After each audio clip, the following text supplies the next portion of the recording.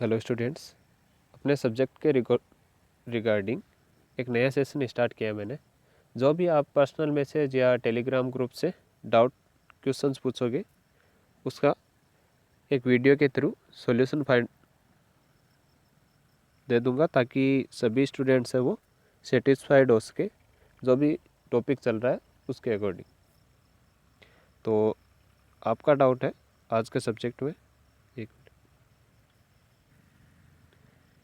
Mechanical system में जब मैंने बताया था x1 एंड x2,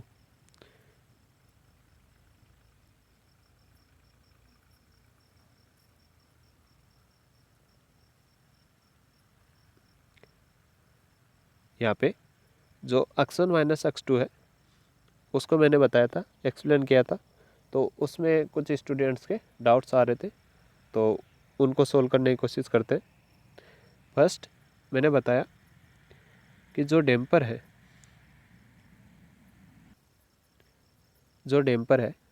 वो इस टाइप का है। ये डैम्पर हो गया,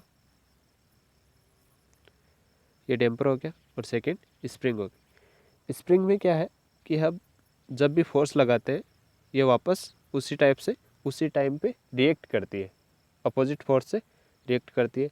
सिमिलरली जब हम डैम्पर में करते हैं तो कुछ जो एनर्जी है वो हीट की फॉर्म में डिसिपेट हो जाती है, एंड जो वापस जो फोर्स लगेगा उसकी वैल्यू जो डाउनवर्ड फोर्स लगा है उससे कम होगी। तो जो नॉर्मली यूज में आता है, मैंने बताया था कि आगे के टायर्स में मोटरसाइकिल के डैम्पर यूज में आता है, एंड पीछे की तरफ डैम्पर एंड स्प्रिंग दोनों यूज में आती है, क्योंकि ये लोड को, स्प्रिंग है वो लोड को मैनेज करने की यूज में आती है। तो जो अक्स वाला डिस्प्लेसमेंट है उसमें डाउट आ रही है कि x1 माइनस x2 क्यों हुआ। मान लेते हैं एक स्प्रिंग है जो यहाँ पे सरफेस पे लगी हुई है इस टाइप से, ठीक है। सेकंड एक मूवेबल सरफेस है, इसके आगे की तरफ यहाँ पे ये तो फिक्स्ड है, ये मूवेबल है, ठीक है। अब हम इसके ऊपर एक फोर्स लगाएंगे F, इस पर भी फोर्स लगाया मान लो F। देन क्या होगा, ये वापस F फोर्स रिएक्ट करेगी।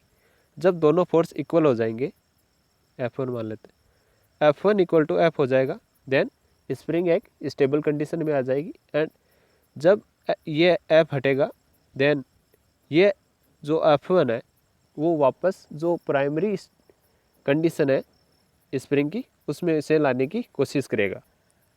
सिमिलरली मान लेते हैं यहाँ पे हमने डिस्प्लेसमेंट किया है x1। सिमिलर दूसरे में देखो, सेकंड स्प्रिंग है, इसमें क्या होगा, जब हम इसको प्रेस करेंगे तो F ये वापस रिएक्ट करेगी F1, जो कि ये यहाँ पे फिक्स नहीं है, तो ये भी थोड़ा सा प्रेशर की वजह से आगे की तरफ जाएगा। तो ये हो जाएगा x2 and this is x1।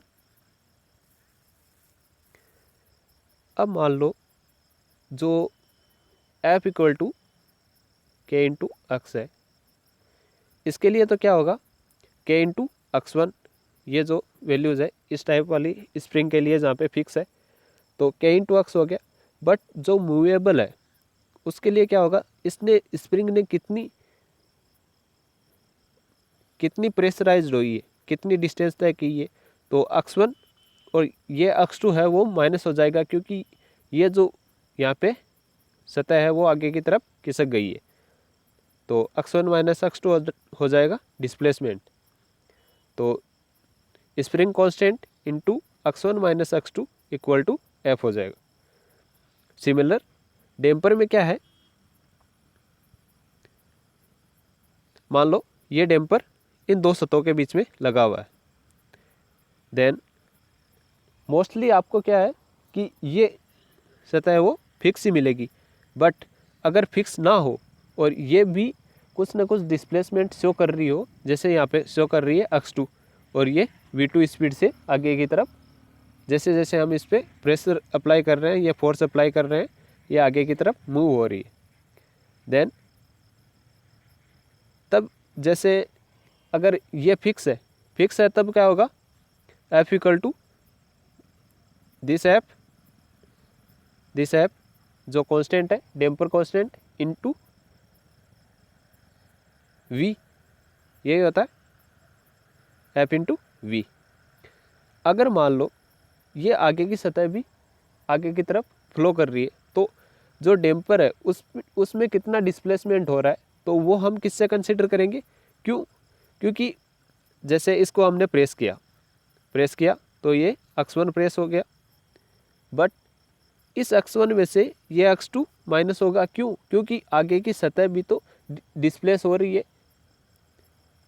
जैसे मान लो ये एक स्प्रिंग है, स्प्रिंग और डेम्पर की वर्किंग में डिफरेंस है, क्योंकि वहाँ पे हमें है सस्पेंशन और शॉक, ये दोनों सस्पेंशन के लिए लगाए जाते हैं, जो भी शॉक हो रहा है उसको कम करने के लिए।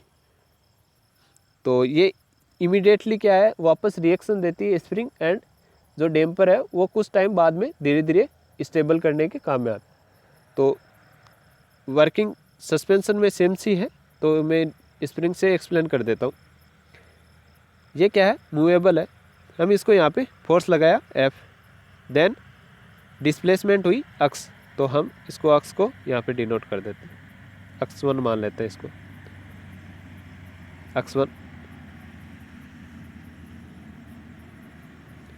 मान लो ये यहाँ तक आ गया, ठीक है। बट ये क्या हुआ, जो ये सतह है वो ऊपर की तरफ चली गई, एंड ये यहाँ तक आ गया x2, this is x2 and this is x1।